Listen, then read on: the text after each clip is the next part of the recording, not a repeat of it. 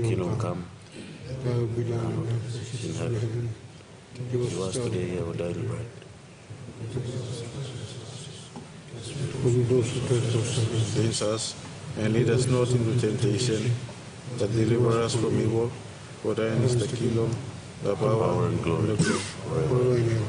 Amen.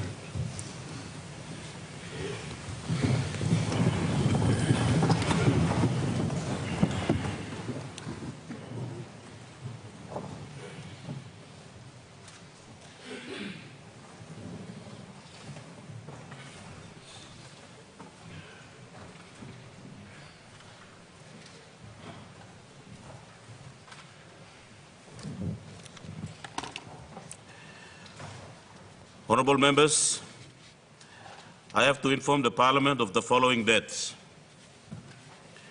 Mr. Ron Garanafo, on 30th June 2022, a former member for Daulo Open Electorate in the 6th National Parliament from 1997 to 2002, and 9th National Parliament from 2012 to 2017. During those terms, he served as Vice Minister for Finance, following the formation of Skate government in July 1997 till December 1997. Vice Minister for Overseas Development Assistant from December 1997 till May 1998. Minister for Fisheries, following the formation of Morata government on 26 June 1999. Economic Affairs Committee Chairman and member of Law and Order Committee in August 2012. He was disqualified from Parliament and by-election ordered by the National Court on 7 May 1998, but reinstated by the Supreme Court on 5 October 1998. He was a member of People's Democratic Movement Party. Mr. Boyomo Sali, on 23 August 2022, a former member for Morobe Provincial seat in the 3rd House of Assembly, 1st National Parliament in 1972 to 1977, 2nd National Parliament from 1977 to 1982, and 3rd National Parliament from 1982 to 1987. During those terms, he served as Minister for Local Government from 1972 to 1974, Minister for State assisting the Chief Minister on Local Government and Development Administration from 1974 to 1975, Minister for Commerce in 1975, and Minister for Primary Industry from 1975 to 1976, Minister for Natural Resources from 1977 to 1978, Minister for Lands from 1978 to 1980, Minister for Media from 1982 to 1983,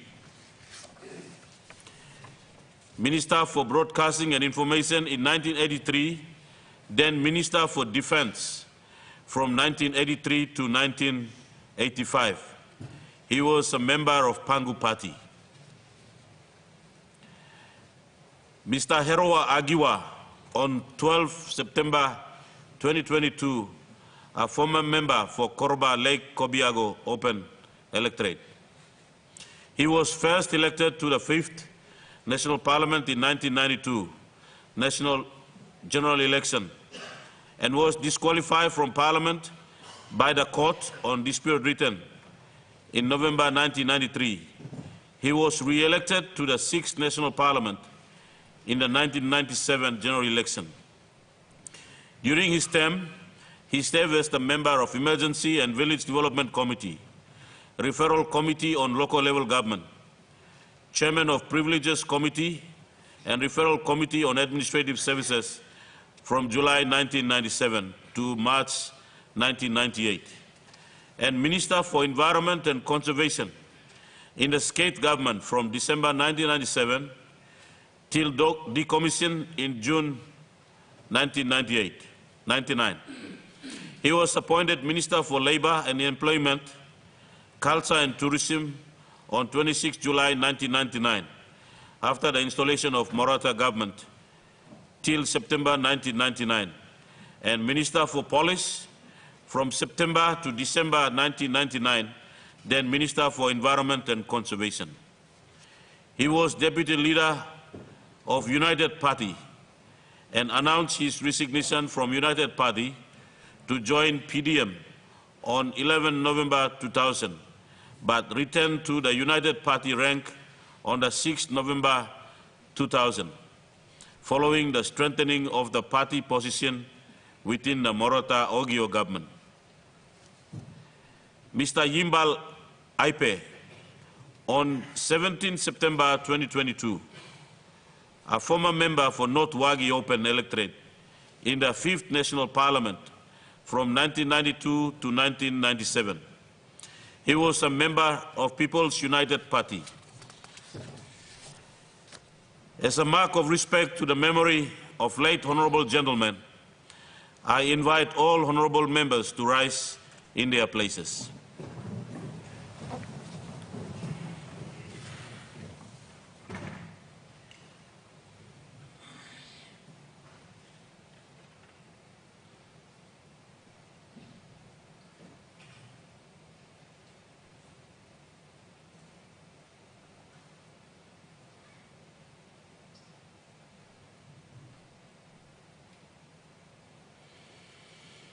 I thank the Parliament.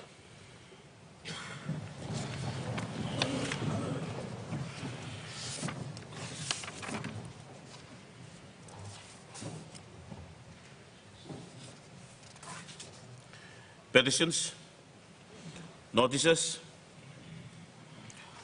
Honourable members, question time.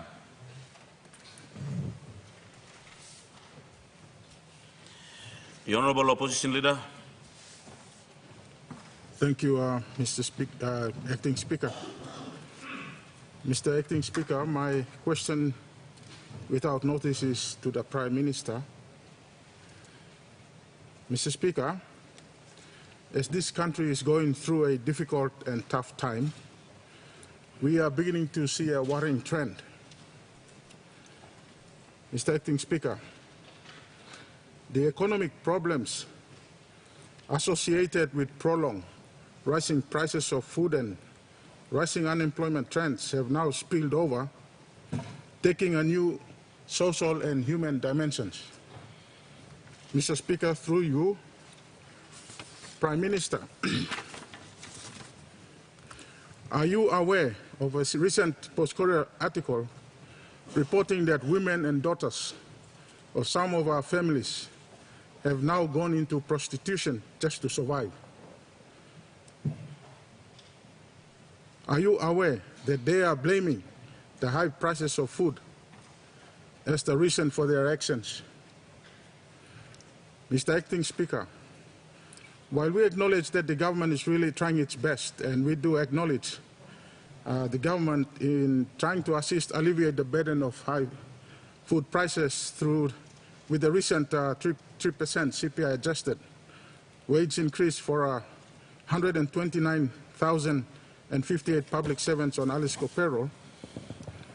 But it is alarming, however, when we see that families resort to such illegal and immoral acts just to survive.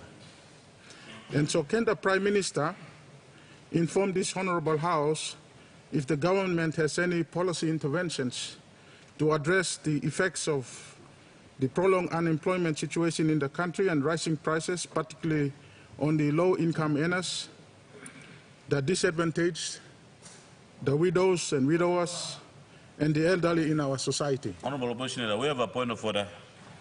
Mr.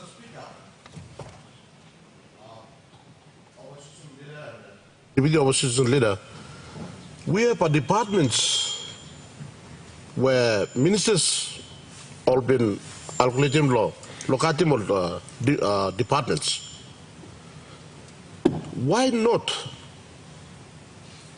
people are here long, ready long, give more answers? Why not they all give long all department ministers? We are here to answer your questions.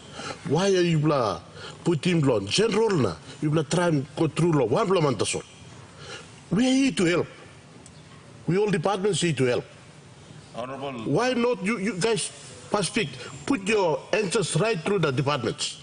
You make him go same law. General now, put him on Amelia, which is some of us, go and less. Honorable Member, Minister, thank you for your point of order. Your point of order is in order. I will advise honorable members of this House, if you have a relevant question that you can direct to a minister responsible, you ask that to the minister responsible, but also to all ministers and members. The Prime Minister is the minister of all ministers and is the head of the state, and it is up to the honorable members who wish to direct question to the Prime Minister that I would not stop that to the minister. The Prime Minister is also answerable to answer any question that has been raised to the Prime Minister. Thank you. Your point of order is in order, that I have advised the House in regard to your point of order. Honorable Opposition Leader, continue on with your question. Thank you, Mr. Acting Speaker. Can the Prime Minister confirm if the government has put in place social welfare programs, policies and strategies to assist in minimizing the hardships on our struggling families? Thank you, Mr. Acting Speaker. The Honorable Prime Minister. Thank you, Mr. Deputy Speaker. Let me appreciate the question posed by the opposition leader. A very important question, a question that tries to promote national interests, our people's welfare. Let me reply by stating that government is, while we may not be specifically informed on practice of prostitution, practice of illegal practices that are happening for people to fend for themselves. We do acknowledge that it is tough time as a nation that is faced with many economic challenges, Papua New Guinea being in most instances import-dependent nation. We obviously are also affected by what happens globally, externally, as well as our own domestic economy that sometimes is not functioning very well. Let me answer him by saying government took action last year, for instance, when we saw the imported inflation as a result of COVID-19. We were coming out of the COVID-19 induced economic burden with the imported inflation as a direct result of the heat from the Ukrainian-Russian war. We were not insensitive on this. We took some direct actions to reflect the need for government to support our people, especially those who are toiling at the low-income level earning, or those who don't have a fixed income. 610 million kina worth of support were passed in the last supplementary budget that the Treasurer handed down last year. In fact, before we went to the elections, those were delivered intending to help small Papua New Guineans. And I give you one or two examples. And if Mr. Deputy Speaker, mind me talk pisin. Look how long hard blood time country you go through na struggle long lik man na Mary. 610 million kina worth of support me play package in finish long budget you go finish where trust right giving. Lo display 10% long fuel cost maski amino big club, but at least some club me play halving. Rausim 10% below fuel cost. Mipla also rausim GST long all essential item or some rice, tin piece, tin meat. Now, if I'm not wrong, all some all sanitary support long all maman or pigini Mary.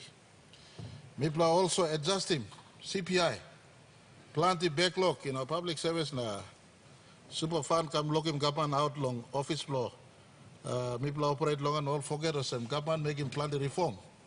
Lo now update na pay him directly super fund long all. Now, Mibla also now increasing. Mibla catch up long areas. Now, Mibla also increasing 3% CPI adjustment. Law liklik or line in small wages. Mibla increasing tax-paying threshold from what was 12,500 before, now go along 20,000. So we said him 20,000 kina naranit, you don't not pay him taxes. And sample big law work government law yumi led by the treasurer, and we start law working on this plan. That Russian taxes for those who earn 20,000 and below, every minimum over 100,000. Papua New Guineans who are earning low salaries, today they take home extra 40, 50, 60 kina.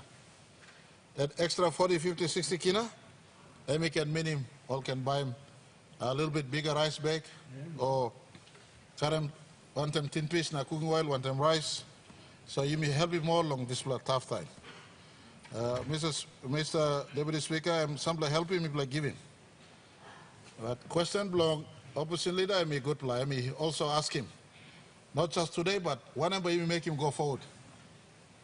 And link along, he got some social welfare program, stop or nogat.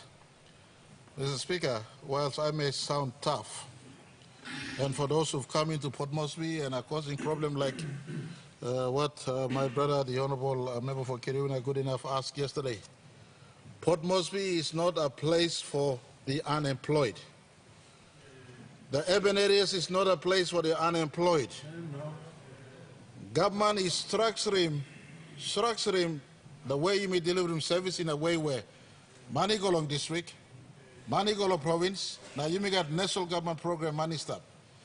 Because before you mean a focus good law district, now province, now you get urban, rural urban migration, plenty can boom along all place where you got housing, you got school, you got economic opportunity, kind of some also. So now you mean the last 3 years, for instance, now Bianim work long before government, PNC government, before NA government, law giving focus law districts, now provinces. So the district, now province, you work, get up in road, get up in housing, get up in school, long where you sit down, na stop, na lead long. In that manner, hopefully, you can stop him this rural urban migration. Now, Mila Golo, this la toko mito Port Moresby no place for line no got work. Why you hungry lo Port Moresby? Why you hungry lo lay? Soro se me hard, but Prime Minister must talk. Me no have suga na easy lo yupla. Me no talk about me giving social welfare. Ground stable place. Me go around lo Japan, me go around lo America, me go around lo UK, me around lo Australia to buy him coffee for me, buy him cacao for me, buy him copra for me. The way me bled la katim na buy him la salim. Fish, me mas partner, National Fisheries Authority, backside lo good lo work lo. Fisheries Minister before set him example lo manus artisan fishery, lo buy him ogre fish, lo Loringa Bay area. So line lo Loringa, you don't have hungry anymore. Go along, government put him this SME facility, want the BSP. You go kiss him legally, dinner, no got was you out. District member, provincial governor, put him dinner facility, buy him dingy blongol, all go along fish, you fish him, you come sell him latisian, plus buy him fish, and set him finish. Mr. Deputy Speaker, me talk about this because Papua New Guinea, you know, poor country, you may get ground. Citizen, you own him ground, you own him Solwara, you own him DY. Why come to city now you go to prostitution picking him marry? Or Papa is like picking him marry. So was life lo here hard, go back lo ground lo place. Government got finished.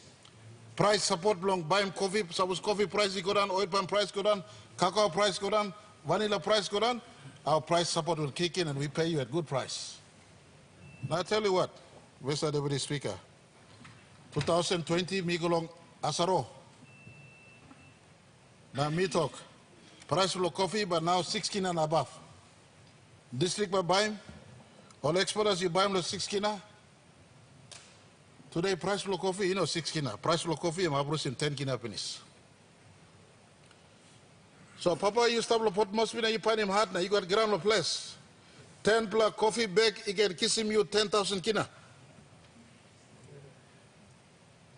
No got need lo pigini Mary go out. You go lo place. Next year time people are making full census. We'll take stock of Papua New Guineans. And we understand the demographic of Papua New Guineans and we go deeper. Is he employed or not employed? What is he doing? Is he educated or not educated? Let me stop one of them. We take a full stock of our Papua New Guinean population and its characteristics. And I want to migrate our people back to productive engagements.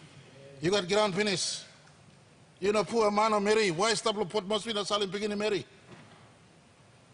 Coffee blue, you can kiss him you 10,000 kina one on year. Cacao blue, you can kiss him you 10,000 kina one on year. Tete, Mr. Deputy Speaker, ask him East Civic provincial government. There are more money circulating in East Civic per capita than Hela province or Pablo oil and gas. There's more money in agriculture, period. There's no money in oil and gas. All money is a camouflage to make our people go to the lazy pathway. Imagining that we will become overnight millionaires. Bullshit, excuse my friends. Yeah. My mother is from TVWAN. She collects 200 kina every year. That's nothing compared to the money she makes over 10,000 kina sitting in Tari market selling cabbage. So, Mr. Speaker, Deputy Speaker, opposition leader, you're asking good luck question. So long as Mr. Prime Minister, opposition, you can talk about social welfare.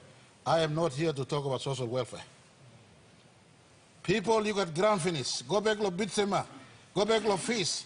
Go back to DY. Go back to agriculture. We'll buy it from you. And ask all our districts, the 96 of you, you can become partner with the national government in buying produces from your people. When we implement the price support, when we implement the freight support we already have to subsidize the cost of delivery from productions to the market, and when we link with the supply chain to export outside, people got finished. It's like SME money, lo bank, where people continue on expanding and making borrowing become cheaper. Now borrowing is expensive. All these are geared towards Papua New Guineans working their land and working their society to contribute to the economy and contribute to their own family. So, Mr. Deputy Speaker, I will conclude by talking no got social welfare, no free handout, maybe school fee will pay. You had lo stop lo Mosby, next year will take stock lo usat you stop. You got ground lo place, go back, there'll be a submission coming from and possible funding from the Lands Ministry on a land program. And we want to mobilize Papua New Guineans to go back on their land and be productive citizens instead of waiting for handout from government and handout from Kaman and Kanken Man or promising Kanken miracle and what miracles are come out. Connect PNG Broimi, I mean, linked towards this concept. All big playground me, Makam Valley sleep nothing, Ramu Valley sleep nothing, Civic Plain sleep nothing. No Atlantic population lab, road got business. We get connecting Molili artery roads and pulling power. Our people go back to productive engagements. In 10 years' time, we could eliminate prostitution for our daughters because they got nothing to do today. We're linking them to productive activities. Today, I encourage him, Papa, when you look in Pigini Blue, you know at work. No can Western time report must be Karem na you go back to place. Asking one on member Blue, I've left him all go back, me, but Ram Karem will Tari go back. After I'll talk Lotari, so Mr. Deputy Speaker, I'll have a little bit of a moment later on, but the back end is like question me like talk. We already have given support facility long up him supporting all country, this will hard time. But in a long-term solution, we want our people to go to SME, and if you do not know where to start in SME, I point to agriculture, I point to the rural-based economies, that the business opportunity that is there. Government business will link your production to market, that is government business. Our people go back to the production areas. Thank you very much, Mr. Speaker. Honourable Member for Abao. Thank you, Mr. Deputy Speaker. I wish to ask a question without notice to our Deputy Prime Minister, who is the Minister of one of the most important assets in our country, which our Prime Minister has just alluded to in his very important response to the Leader of the Opposition. So my question will go to the Deputy Prime Minister with regards to land. Two questions only to the very hard-working Minister for Lands and our Deputy Prime Minister. And thank you. I really believe, Deputy Speaker, that the land issue should be a big issue. And I, before asking the question, would strongly suggest that the Lands Department becomes a central agency because it's one of the most important assets in our country. But before I ask the questions, I want to acknowledge the small children from Abau who are sitting up there on the chamber, and they are here to watch all of us leaders. So I want to acknowledge their presence from a village called TVWAN. They're here to observe the leaders performing. My questions, the preamble to the questions are related to a very important decision that Cabinet made when the current Minister for Foreign Affairs was Minister for Lands. And as you know, I was Minister for Lands prior to that.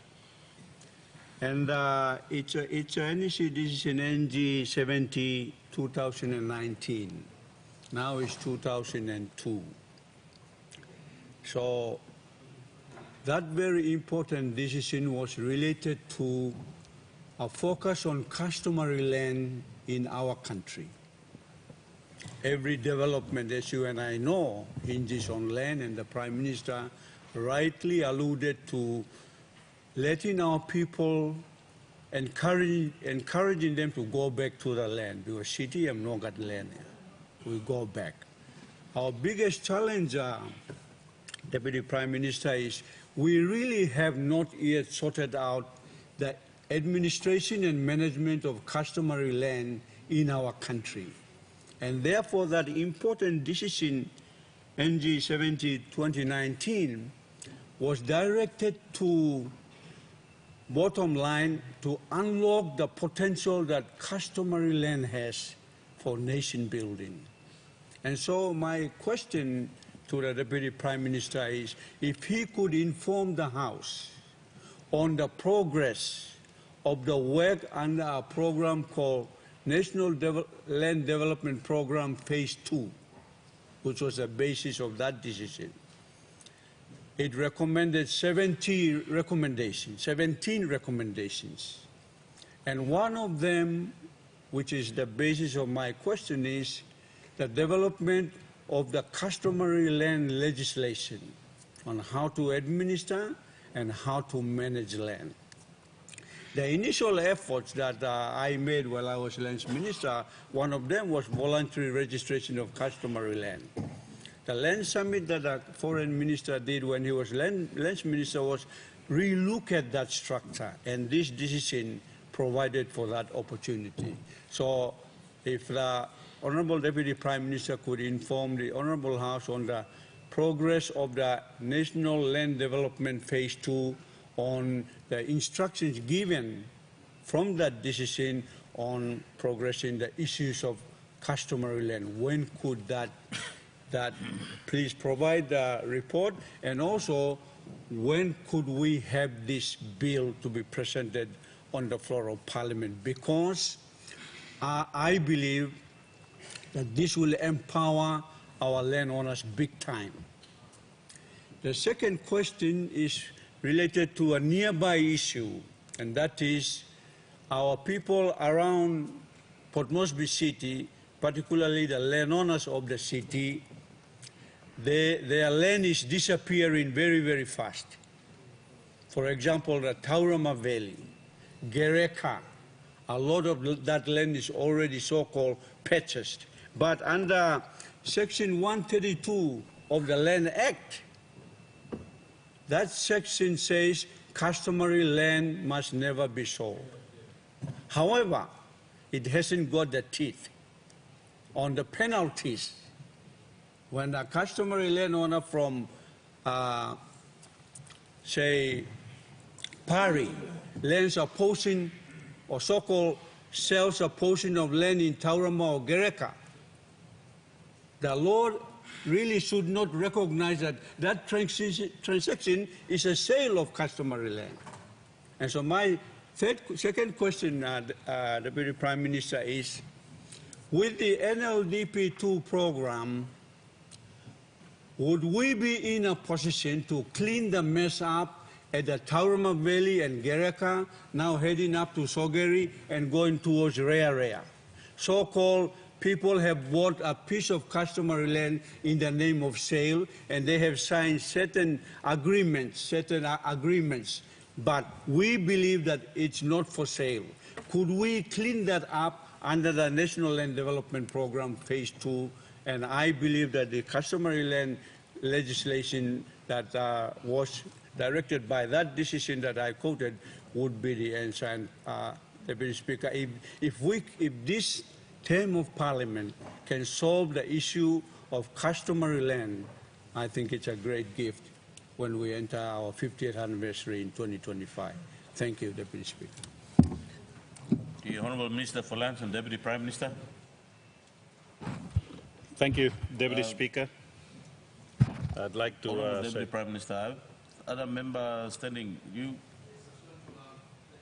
Speaker, supplementary to that question. Honourable Member, thank you. No correction, you can ask for supplementary after the Minister reply. So I'll ask the Minister reply, and then if you have a supplementary question related to, then I can give you a chance after the Deputy Prime Minister. So I'll ask the Minister to reply first. Honourable Minister. Thank you, Deputy Speaker. And thank you to the Sir Pukatemu, the good member for Abau, for a very, very important question. I think it concerns all of us and throughout Papua New Guinea. Land is the essence and crux of all where we come from. Without land, we are nobody as a person in our traditional society. And customary land is one of the biggest issues that face all of us in Papua New Guinea. And it also is a solution to a lot of our problems also, the economic difficulties we have, any other social issues, because land, as I say, is the underlying crux of the whole issue. In land, we have about 3 to 4%, which is alienated land that belongs to the state, that was acquired a long time ago. We also have freehold land that was acquired a lot by our colonial masters, and most of it sits under the churches that we have in, it's called freehold land. So with freehold land, the lands minister does not really have any say, or the lands department does not really have any say over it until it is brought for transfer or sale, and it is owned in perpetuity by whoever owns a freehold land title. With alienated land, the 3 to 4%, the lands department manages and is involved in the sale, the forfeiture, and that sort of aspect of the land use. For customary land, it gets more and more sensitive and more complicated. Customary land, we have tried to address it, and we're addressing it under the previous NEC edition that the good member for Abau has pointed out, the National Land Development Phase 2, which was approved by NEC and carried out by my previous predecessor, and now carried out by myself and the Lands Department. It is work in progress to try to address the many land issues that we have. Some of the issues that we have is, part of it is the ILG issues.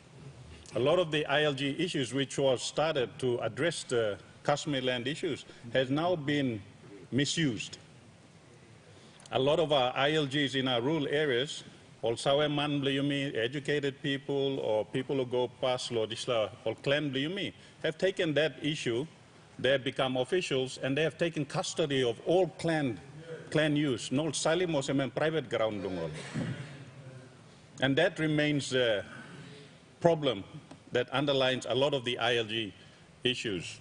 I'm not a fan of the ILG issue, so we are trying under the National Land Development Phase 2 to try to rectify some of this by amending some of those laws regarding to this. We also have the customary land issues, especially in our urban areas, that people sell, and as rightfully the good member for Abau pointed out, you cannot sell land to foreigners. It is a law.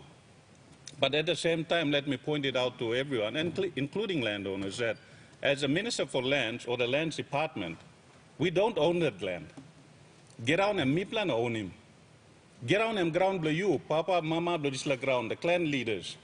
Mr. Speaker, Deputy Speaker, time you salim ground, you yet Papa blow ground and you get decision to salim this ground.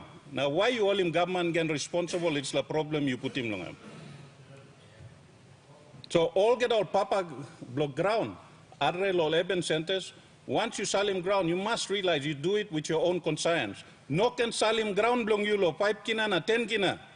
Time you sell ground lo 5 kina 10 kina, now you bungi mogra plenty problem come up there. No can man talk lo sali ground. Government not talk lo sell him ground. With the customary land, the easiest way and the easiest solution is for you to approach the lands department. Work with the relevant lands department, and here we have found ways to help you harness your customary land. Let me point out the Tuhava program again, and I give commendations to the people at Roku. Despite the underlying pressures from a lot of people, all Toksali ground, but a group of old people in all Saweman, old men and women, all sit down and they decided that they would not sell the land. So they harnessed 585 hectares of land, and they talked to a developer, and they came and saw us at Lands Department. And it took us 2 years to convert that land, 585 hectares. They did not bow down to the pressures of 5 kina and 10 kina. And they converted that land with the help of the Lands Department, made that traditional land, customary land, bankable. They surrendered that land, and I, as a minister, acquired that land with no money. We had an agreement. We converted that land through the lands board. We made 585 hectares become bankable. So time and come up, na paper come up title, we gave them a 99-year lease. So they used that land with their partners in development. The collateral was the land that they used, and 585 hectares. The land titles was bankable, which came to the tune of 200 million kina, which was their equity, which is bankable to go to the banks. So all Karim Disla Mipla Halbimol, all starting one company where developer want them all papa ground, all put him one them. Now all got Disla bankable title, and now they have formed a partnership, and that company now is developing the Tuhava township and is selling 4,000 subdivided allotments with a state lease on it. 4,000 allotments at 400,000 kina to go into the Port Moresby market equals, and you do the mathematics, 1.6 billion kina. 1.6 billion kina, it goes straight, Lodisla Development Company, want them all papa ground. They end up equity shareholders for that development. They do not lose their land. This land stop on the mall, na tumuna blol, na stop on the mall. We have reduced the land lease of 5% through the lands department because government mipla no spendi 1 toil of buying this la giraun. Mipla no spendi 1 toil of buying this la giraun. All we did was plan, work with them in cohesion. I'll be more processes, I'll be more subdivision, I'll be more issue titling. So time people put him this like equity block government go inside because I do not believe that government can run businesses. You may not have running business. Let the private sector run business. So MIPLA Halbimolo process, law, policy, and then we subdivided it. So now that 4,000 land titles will now be sold to private individuals. That is how they recoup the money at the tune of 1.6 billion kina. That private development company does all the infrastructure, the roads, the ceiling, the subdivisions, the street lights, the sewage, the water, everything, and all that working. So it takes a load of government. Government does not put in $500 million to develop the infrastructure in there. Because to develop an infrastructure, a plot of land, maybe a subdivision allotment of 400 or 600 square meters, will cost us, at today's rates, between 80 to 90,000 kina per allotment. That includes the street lights and all the other furniture, drainage systems, sealing the road before you can build some infrastructure for a land development. So to answer, Mr. Speaker, back to the very, very good question that the Honorable Sepuka Temu said, yes, I agree with you. We really need more to help our people. We really need lands to open up a lot more, make it accessible to our people. We need to give them more information on that. So now when I stand in Parliament, I encourage our people, especially in the periphery areas of Port Moresby, the periphery areas of Lae, Madang, Wewak, come forward.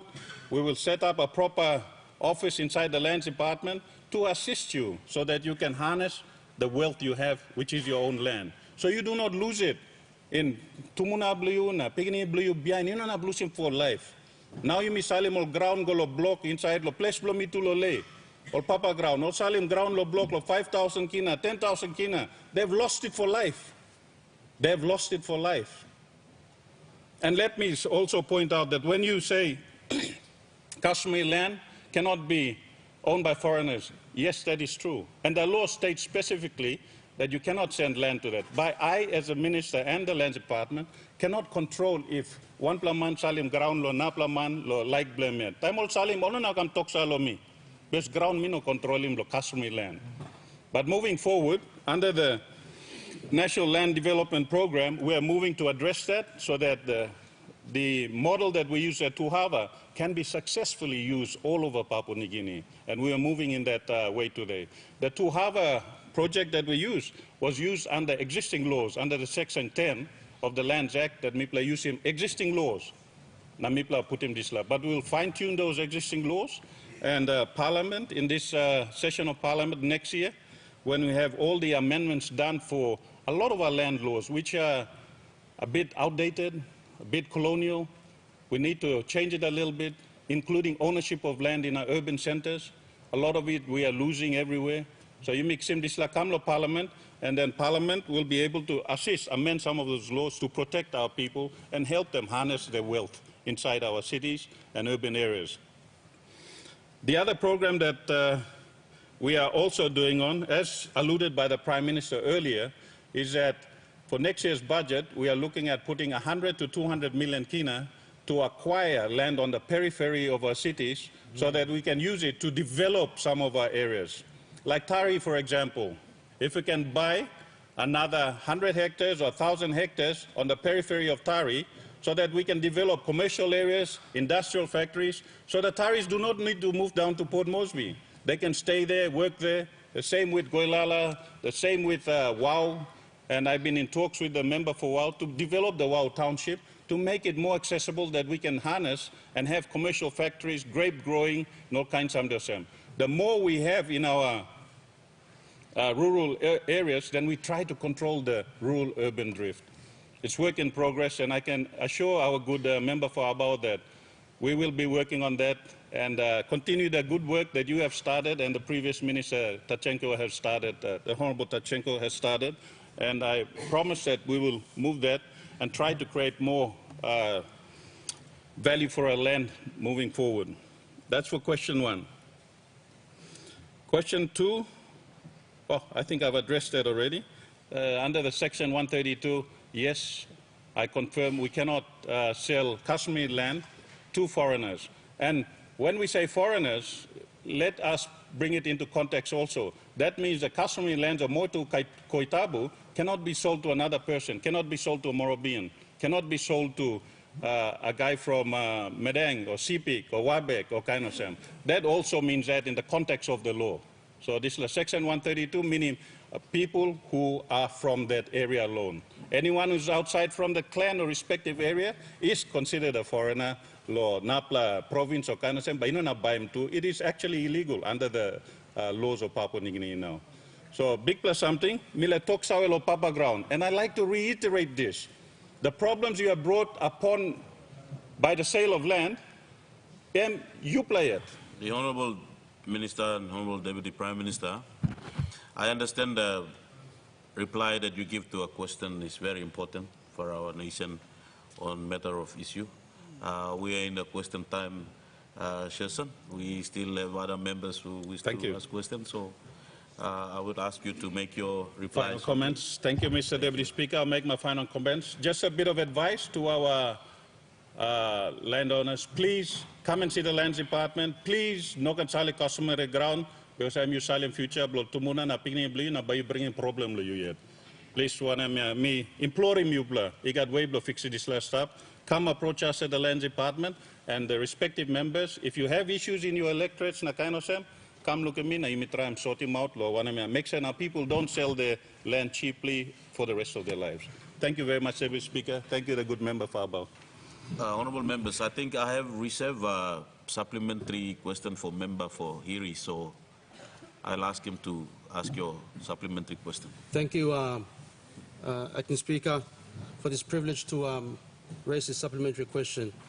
The Honourable Member for Abau raised a very pertinent question on the floor this morning, and he did, in his second question, raise the question of how and can we add some teeth as through the perspective of law to enforce the non-permission to sell customary land. I'm a very big fan of customary land, and there are two supplementary questions that arise out of these statements.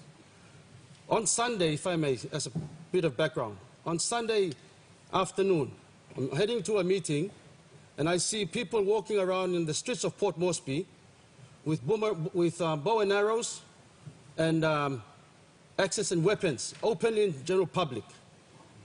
Papua New Guineans are not feeling safe in Papua New Guinea.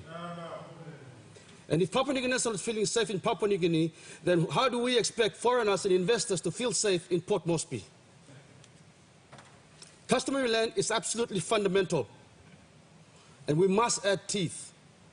And therefore, there are two questions I raise. One, of course, is, does the good minister, and I must commend the minister on this innovative voluntary surrender of customary land to state lease and then on subdividing and on selling. We will beg to differ in views, but what is critically important and what saddens me is ultimately that property is going to be sold to the hands of third parties that do not have any relationship. And whether or not the business model will work for the landowner is another question. But so the question is this: what are the prospects of criminalizing the sale and or purchase of customary land? Section 132 of the Land Act does prohibit selling of customary land, but does it have consequences to suffer? The buying will stop if only the selling stops. Yes, the people of Motukweta ought to be blamed somewhat. The people of Lahi should be blamed for their contribution to divesting themselves of land, and they ought not to be. Perhaps the awareness has not been done properly. Perhaps our jurisprudence hasn't been given much thought. Question: can the sale of customary land and or the purchase of it be criminalized? There must be criminal responsibility. There are leaders in this house, I am aware, who also acquire land in this city, in the very way we are discussing about this morning. Can we stop this? It should be stopped. How to stop it? There must be criminal responsibility. Can we look into this very clearly? Number two, the Prime Minister made a very important statement about freeing up land for agricultural development. I fully commend this policy of the government, and I support it entirely. But the only way to do it is and I also commend the Deputy Prime Minister's comments that Incorporated Land Groups Act is a failed thesis of somebody who brought to introduce to this House and to this country, which is ripping this country apart. Question therefore is, can the ILG Act be repealed in due course in the foreseeable future? And could it be replaced by a codification of our clan systems? We are a land of 1,000 tribes. 1,000 tribes that live in clusters of villages. Our property ownership is vested in land, and we hold it through clans. So my question is, perhaps the good minister could also give some assurance to the people of Papua New Guinea whether or not a codification system, as per the NLD recommendations, could be incorporated for the way forward so as to unlock and unleash the economic power and make Papua New Guinea an economic powerhouse in the South Pacific, if not Asia-Pacific region. Thank you, Acting Speaker. The Honourable Minister. Thank you, Deputy Speaker. I'd like to also commend the good member for Abau, Hiri, for bringing up this very important supplementary question. And I share the same sympathies because I also too come from an electorate that faces a lot of these problems.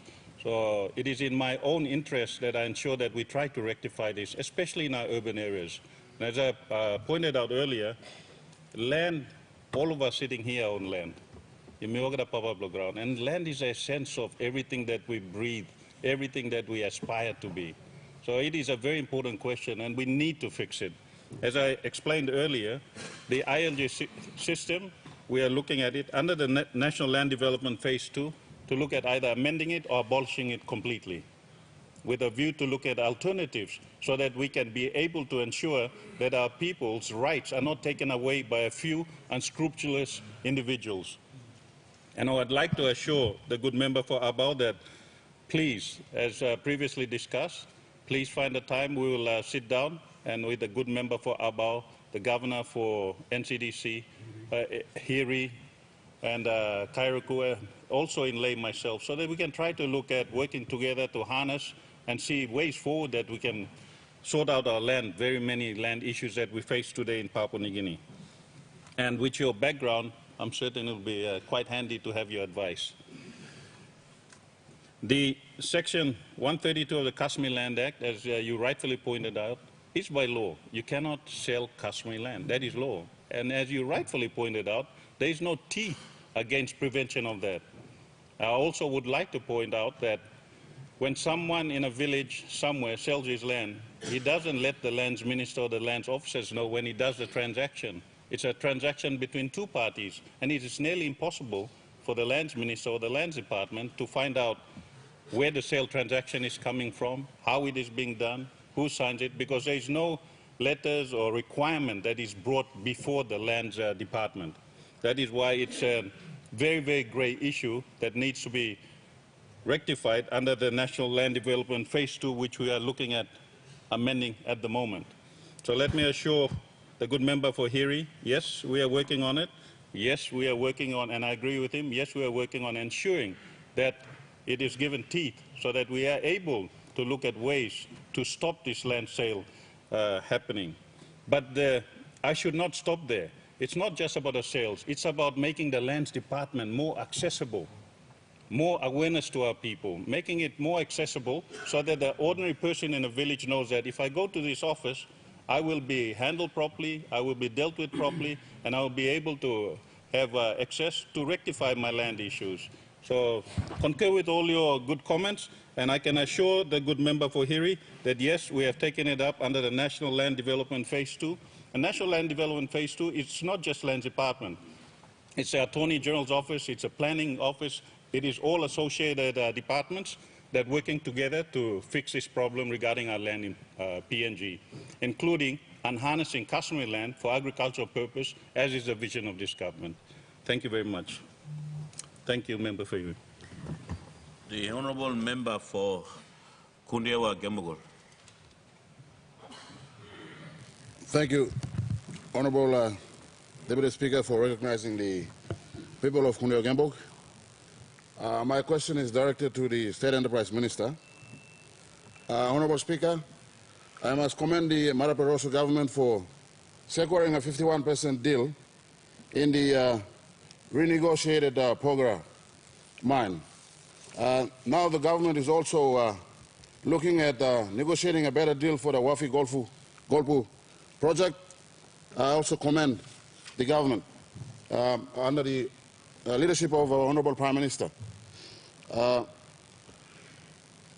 Honourable Deputy Speaker, these are non-renewable resources. We must shift our focus into the agriculture sector, and the government has rightfully done so with all the reforms that have been introduced by creating new portfolios, the coffee, cocoa, and oil palm, and I commend the Prime Minister for that.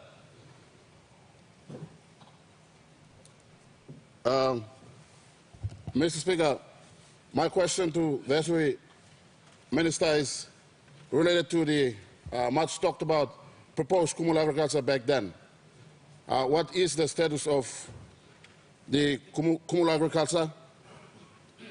Does the SOE Minister have plans to reinstitute reforms and give life to the entity? Thank you. Minister for State Enterprise. Thank you, Deputy Speaker. I'd like to thank the member for Kundiawa Gamble for this very important question. Yes, Mr. Deputy Speaker, Kumul agriculture, when it was initially established by the government, was intended to participate in many of our large-scale agriculture investments, possibly in partnership with good foreign investors who wanted to invest in our large-scale agriculture sector. Mr. Deputy Speaker, as most of us would be aware, many of the investors who want to invest in this country would like to see at least some form of participation by the national government, so that it gives some sort of security and assurance to the investors that they have the national government's involvement, just like we have investments by the government through Kumul Petroleum Holdings Limited and Kumul Mineral Holdings in the resource sector. So that was the intention behind the government's decision to establish Kumul Agriculture with the initial funding allocation. So it got off on a very good start, Mr. Deputy Speaker, and Kumul Agriculture was able to make investments in the agriculture sector, especially in the Sepik region as well as in Central Province, where Kumul Agriculture invested some money and helped the Central Provincial Government buy equity in the piggery project that is located on the fringes of NCDC. So, Mr. Deputy Speaker, unfortunately, along the way, during the change of ministries and change of management, Kumul Agriculture, in a way, lost its way. But our Prime Minister, Mr. Marape, has seen the potential in this important sector, and he has directed my ministry to revive Kumul Agriculture, and plans are being made to overhaul the board and the management teams with the view to adding some funding to Kumul Agriculture to participate in some of those important agriculture sector.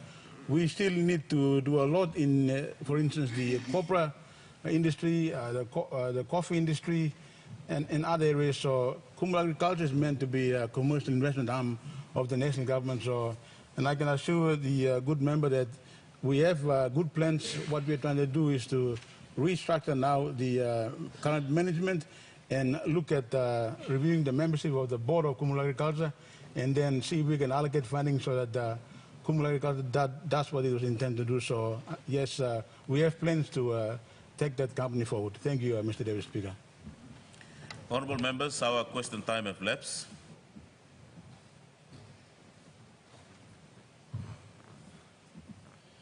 The Honourable Prime Minister. Mr. Deputy Speaker, I seek leave of Parliament. I seek leave from the Chair, rather, and under Section 68 of the Standing Orders, I want to make some further clarities and explanations in respect to a statement issued by the Deputy Opposition Leader yesterday, or question, rather. Make your speech. Mr. Deputy Speaker, yesterday the Deputy Opposition Leader and the member for Kiriwina Goodenough stated and restated and re-emphasized that my tribesmen and the people of Taripori causes a lot of problem in Port Moresby City, or rather all the problems in Port Moresby City. And I want to make some clarity, Mr. Deputy Speaker. But firstly, before I make these clarities, let me apologize to West of Papua New Guinea, including the indigenous landowners of the urban areas, and in this instance here in Port Moresby, the Motu Koita people, and to all residents of our city, that if any Tari and Pori people have caused you pain, then I, on their behalf, sincerely apologize and seek all your forgiveness.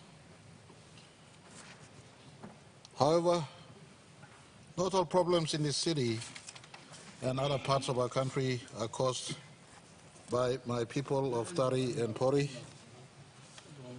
For instance, yesterday when the member for Kiriwina Goodenough referred to Tari Pori causing problem a few days ago in Erima, or that part of our city, let me, Mr. Speaker, inform him and his possibly stereotyped mind that it was not caused by anyone from the Tari Pori electorate. It happened between people who are living at Erima and wildlife area, caused by a death of a person from Hulia Como. And in retaliation, another murder of a person from Eastern Highlands, Moso Marawaka, took place. And the problem escalated. I cannot downplay the retaliations that should not have taken place. Nonetheless, it took place under the watch of what should be our metropolitan city command structure. Mr. Speaker, I don't blame the member for Kiruna good enough. Many also have this stereotype mind that one or two people, and like in this instance, Taris, are the main cause of problems in our city.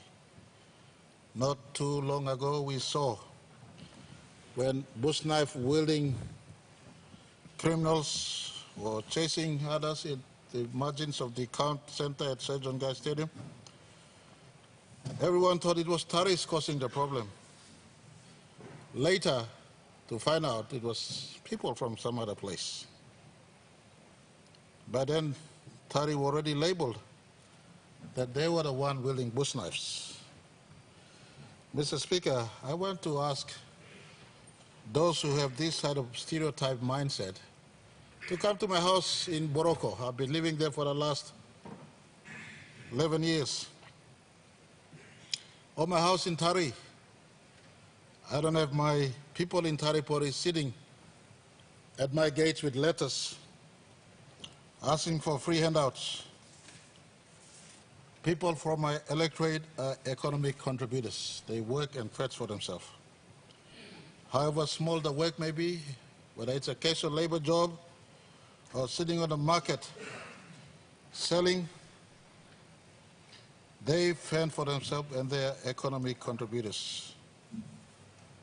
They are self-sustaining people. My front gate has been empty for the last 13 years. I sympathize with some of you who are not living at your house because letters are coming to you every time. I do not receive letters from my people. They work. As they have been working in the farmlands and plantations of our country, up till today, they work to survive for themselves. And if there are anyone who break law, they're enemy to me and should be enemy to our country. And it is really the police who must get up and do the work. I do admit minority. Minority cause law problems just like other parts of our country. Police must step up and do the job. Today, as part of my clarity in response to my statement, for instance, Post Korea writes Mr. Manning as my police commissioner. For goodness sake, Mr. Manning is not my police commissioner, he's a country's police commissioner. He's appointed to do the job for the country. Mr. Manning or entire police do not need to be told what to do.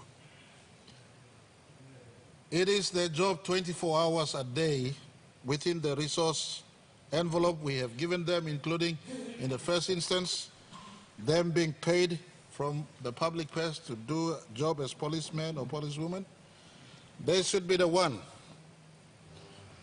not waiting for law to be broken, but in most instances, and this morning I had the pleasure of having breakfast with one of our senior leaders of our country, the Honorable, the member for Wainumu Green, the Honorable Belden Nama.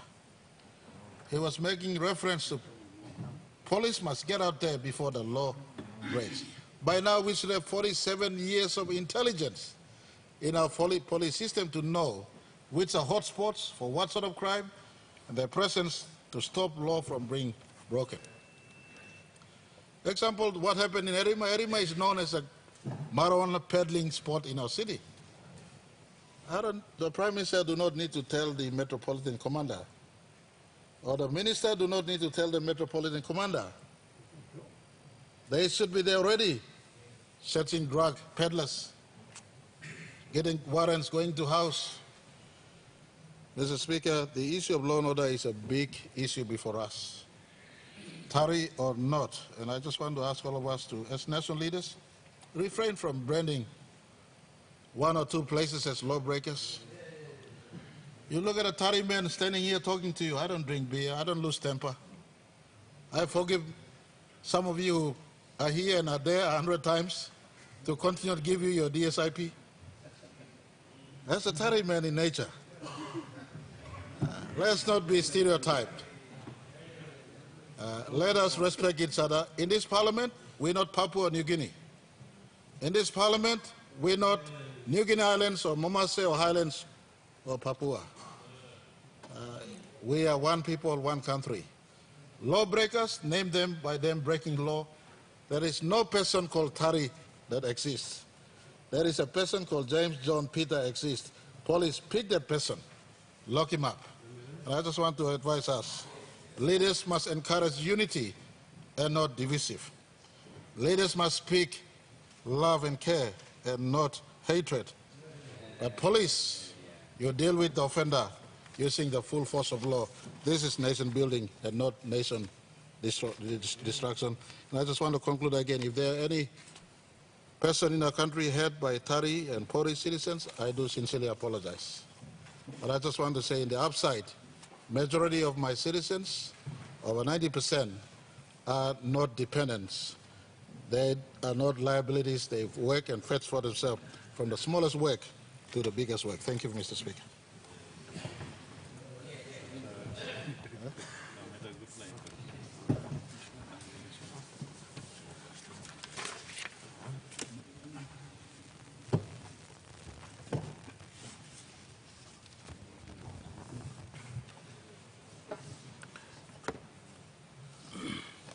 Honourable members, I wish to acknowledge the presence of the Board of Management, Administration and students of Governor Adventist Primary School in Abao District, Central Province in the public gallery. On behalf of the Parliament, I extend to the visitors a warm welcome to the National Parliament.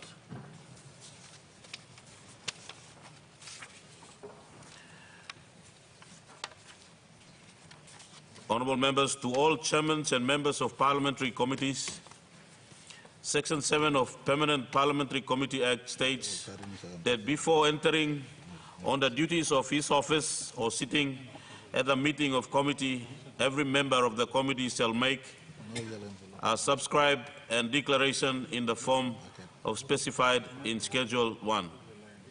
I hereby advise you all that your declaration of office will be held at the State Function Room today, when Parliament suspends for lunch.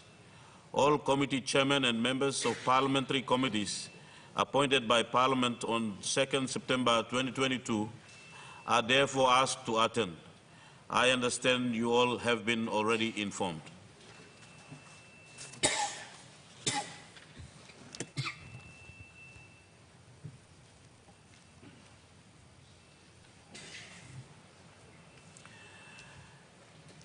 Ministerial statement, Minister Communication.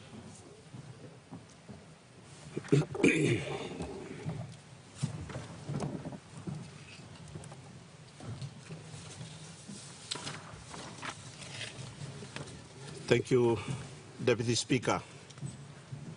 I seek leave of Parliament to make a ministerial statement on the interventions undertaken by the Ministry of Information and Communication Technology under the Marape Rosso government, and to highlight the government's plan for the next 24 months.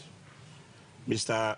Deputy Speaker, I thank the Prime Minister, the Honourable James Marape, for showing confidence by reappointing me as the Minister for Information and Communication Technology in the Marape Rosso government during the 11th Parliament. In the last 24 months, coordinating the ICT sector in Papua New Guinea is and has been a key outcome, and I have put the ministry on proper footing to achieve this outcome. For the next 5 years, between 2023 to 2027, I intend to complete the digital transformation reform by digitizing and digitalizing the public service, and by proposing a full suite of enabling legislation to institutionalize the new digital sector in Papua New Guinea. Mr. Speaker, for the benefit of our people, please allow me once again to highlight the Ministry of ICT. The Department of Information and Communications Technology, DICT, is the policy and program coordinating body. The National Broadcasting Corporation, NBC, is the government information dissemination body, and the National Information and Communication Technology Authority, NICTA, is PNG's broadcasting and telecommunications regulator.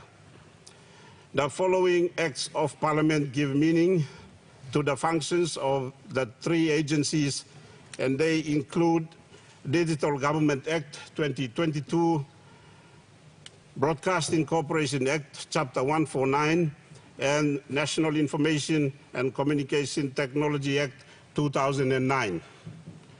Mr. Acting Speaker, between 2020 and 2022, we as a nation have gained much needed traction in our digital transformation journey.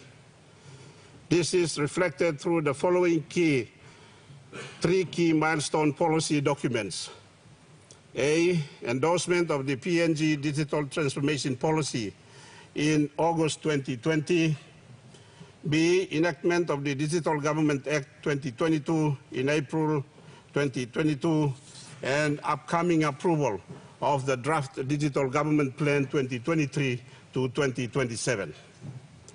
Under this set of reforms, the ICT sector will now be known as the digital sector. The digital sector will no longer sit under the infrastructure sector. The digital sector will now be a standalone sector with the creation of the following subsectors. 1, digital infrastructure. 2, digital government. 3, digital skills. 4, digital safety and cybersecurity. 5, digital financial inclusiveness. And 6, innovation and entrepreneurship. I'm now calling for the 2023 National Budget Papers and the incoming medium-term development plan to reflect the digital sector. Mr. Acting Speaker, on the delivery of digital transformation, the 2022 National General Election, if anything, has again shown us three crucial deficiencies in our digital agenda.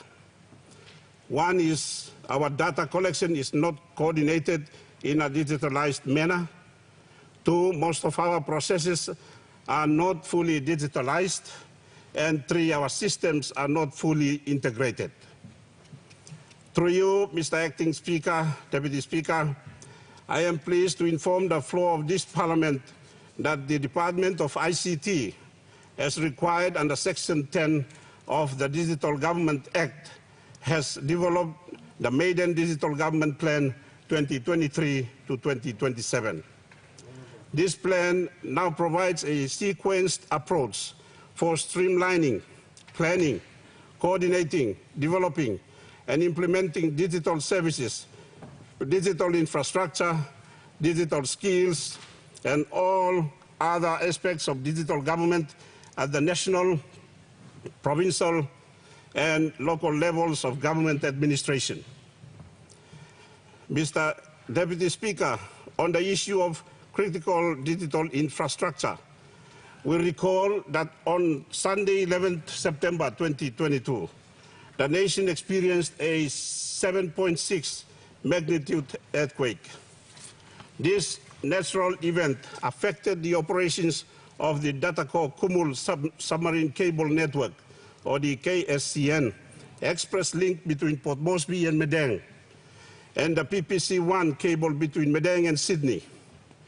Customers in Momaste, Highlands, and the Highlands region, and the New Guinea Islands regions that are connected through Medang are and continue to be affected.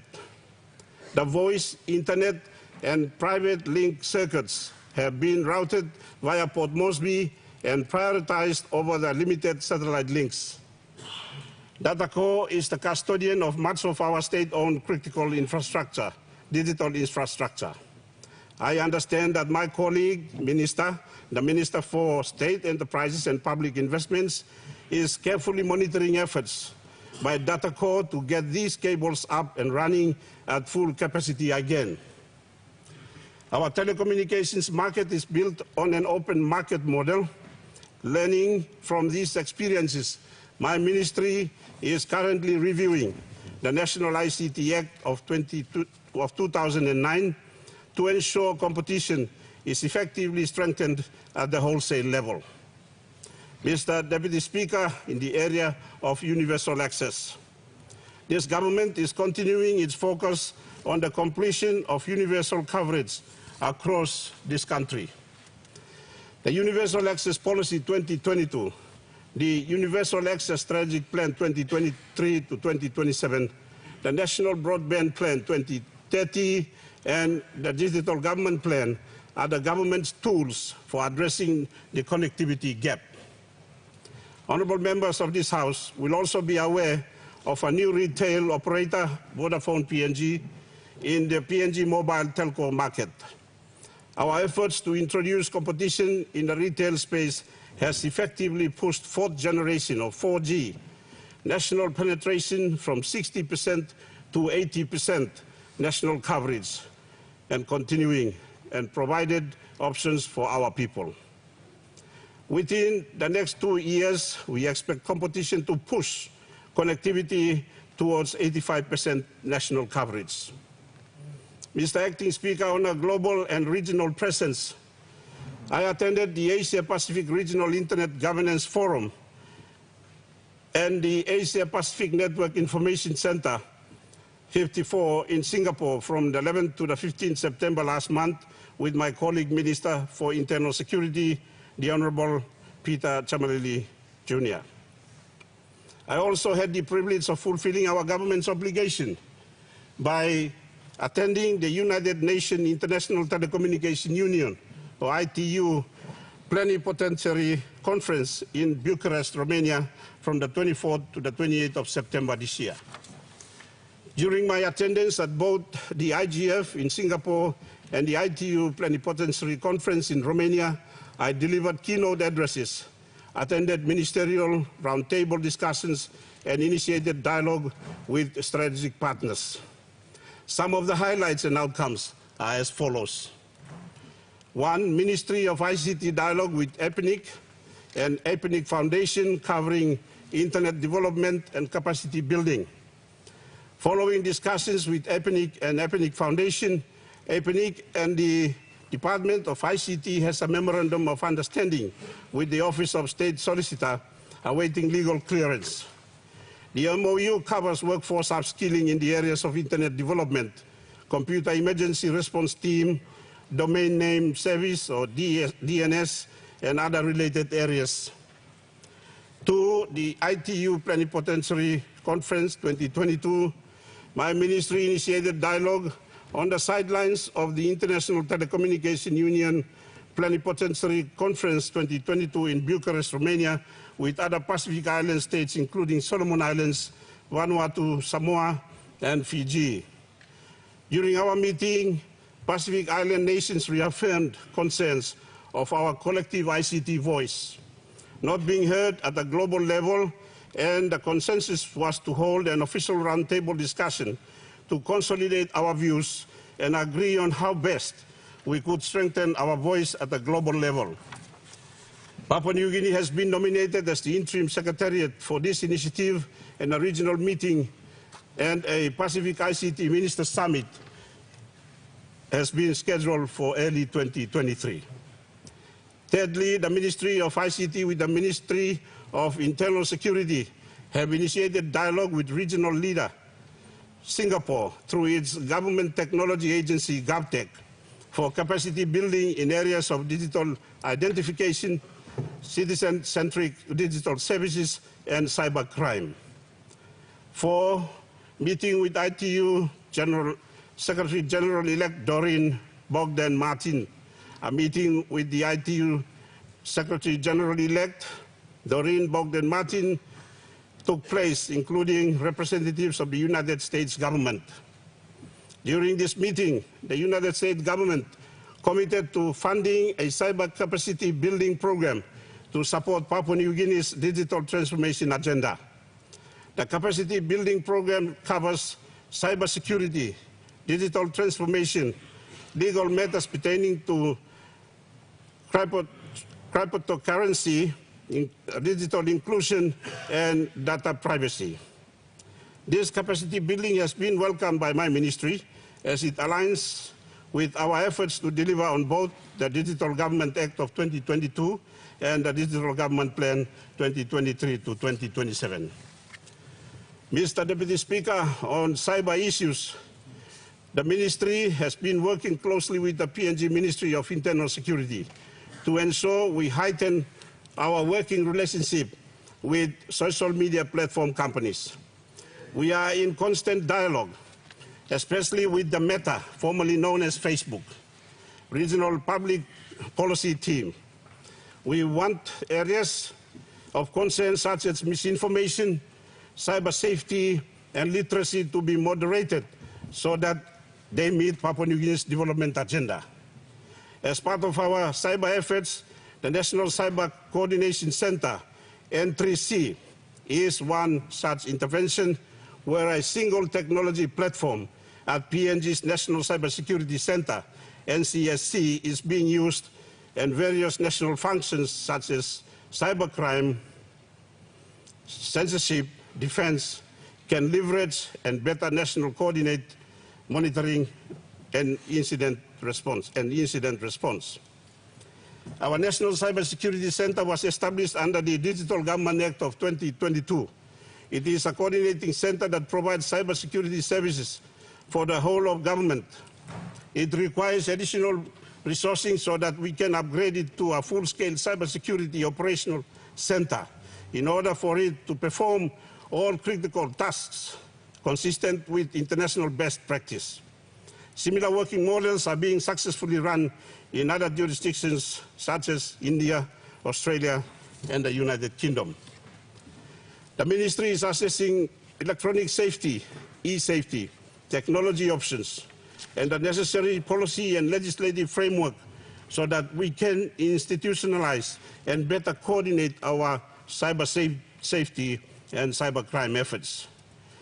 Mr. Deputy Speaker, the Department of ICT has now been given the mandate under the Digital Government Act of 2022 to be the ICT coordinating body for the whole of government from 8 August 2022 onwards. The department has been restructured and reorganized, and there is the Corporate Plan 2020 to 2024 and a new digital government wing within the department to coordinate implementation of various digital government programs. Among other key functions of the department mandated by the Digital Government Act of 2022, the Department of ICT has taken on the role of providing shared services for the whole of government, including coordinating cybersecurity initiatives and implementation, managing the secure data exchange platform that will enable government systems integration, interaction and collaboration from national to provincial and district level, and managing the cloud technology solutions for the government.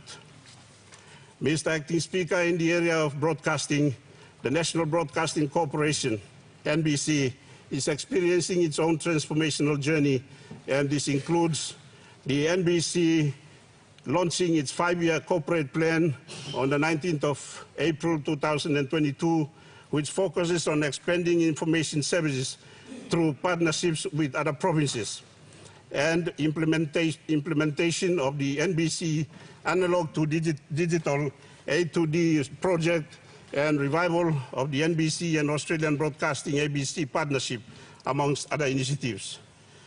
Partnering with the provincial governments to sustain the operations of the NBC provincial radio stations into the future. And I acknowledge the Governor of Manus, Honorable Charlie Benjamin, and his PEC as the latest provincial government to sign up this partnership with the NBC. As part of the efforts to maintain our broadcasting reach, my ministry has maintained the policy of expanding throughout the region through a medium wave transmission rollout as we anticipate the completion of the analog to digital project. Mr.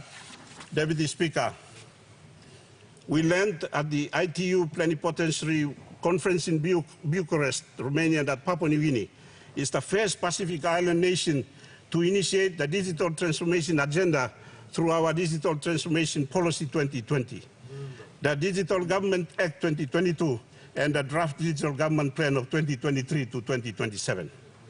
I want to also add that the Marape Rosso government is the first, after 12 years, to introduce a comprehensive national policy to guide the usage of ICT within the public service. Additionally, this government is also the first in 12 years since the National ICT Act of 2009 to also introduce a new ICT legislation on the floor of this parliament. Mr. Acting Speaker, Papua New Guinea's digital transformation journey is at its infancy stage. However, I am confident that we are on the right track and that we will see much needed public service delivery transformed within the medium term. In support of the digital transformation agenda, the Ministry over the next 24 months will consider the following reforms. Reforming the National Broadcasting Corporation to focus on national content and information service delivery, while the NBC digital infrastructure should become a decentralized role for the provincial governments and the private sector. Widen the National Information and Communication Technology Authority, or NICTA, regulatory functions to also cover the digital media and to support the growth of SMEs and the digital economy as a whole. Introduce a raft of new cyber legislation to facilitate a stronger coordination and enforcement of cybersecurity, critical infrastructure, cybercrime, and cyber safety. And last but not the least, my ministry has an outstanding responsibility to support Papua New Guinea's commitment under the Open Government Partnership to introduce the Freedom of Information legislation on the floor of Parliament, and I plan to do this in 2023. Mr. Acting Speaker, with this, I commend the statement to the House.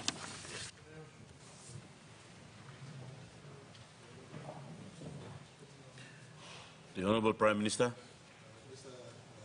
Speaker, I move that Parliament take note of the Minister's statement and debate be made out of the day for another sitting, please.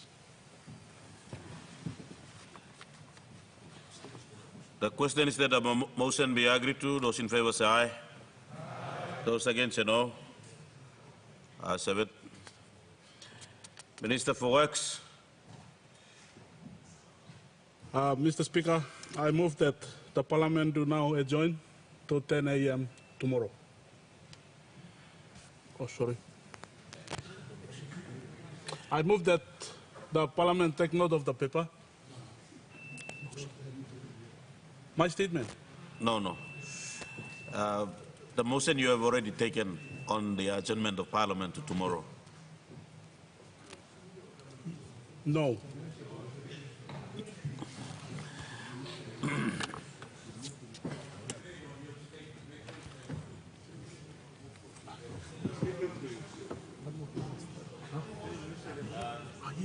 Honourable Minister, the Prime Minister have already moved the motion on that. You now is asking a question of motion to the Parliament to adjourn Parliament to tomorrow. No, I withdraw that. Oh, so now I ask the question. The question is that the motion now be agreed to.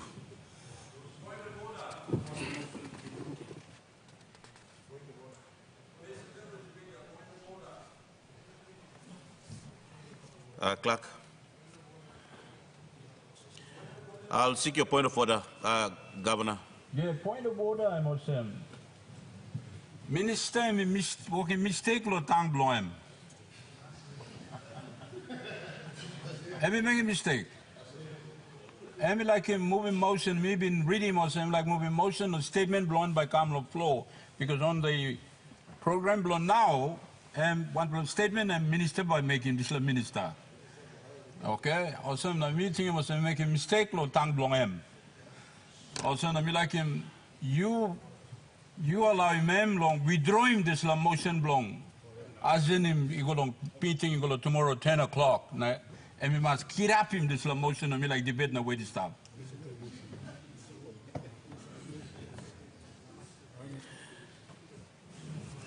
Honourable Minister, let me make a ruling on the point of order. The Honorable Governor for Morbe, your point of order is out of order.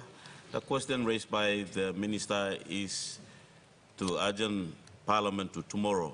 Therefore, now the Chair is now asking Parliament. The question is that the motion be agreed to. Those in favor say aye. Aye. Those against say no.